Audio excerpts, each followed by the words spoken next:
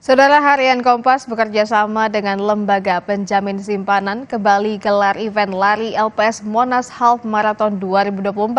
Dalam rangkaian event tersebut digelar Run the City di 4 kota besar. Medan merupakan kota pertama dari 4 kota yang direncanakan.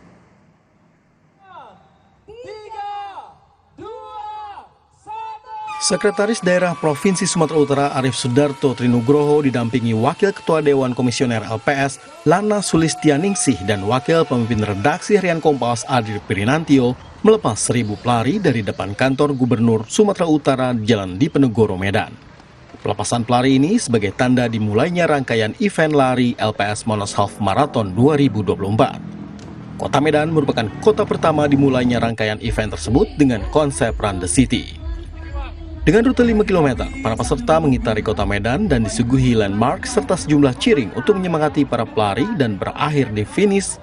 Dengan rute 5 km, para peserta mengitari kota Medan dan disuguhi landmark serta sejumlah cheering untuk menyemangati para pelari dan berakhir di finish di lapangan Benteng Medan.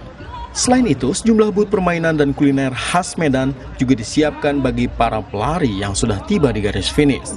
Run the City Medan by Monas Half Marathon ini hadir untuk menyapa warga Medan dan memperkenalkan lebih dalam tentang lembaga penjamin simpanan.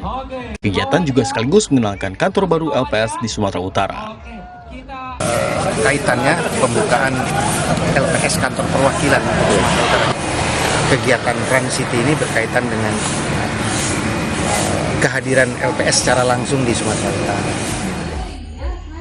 Setelah Medan, event ini akan digelar di Makassar, Surabaya, dan puncaknya akan digelar di Jakarta. Dedi Rizky Ginting, Kompas TV, Medan, Sumatera Utara.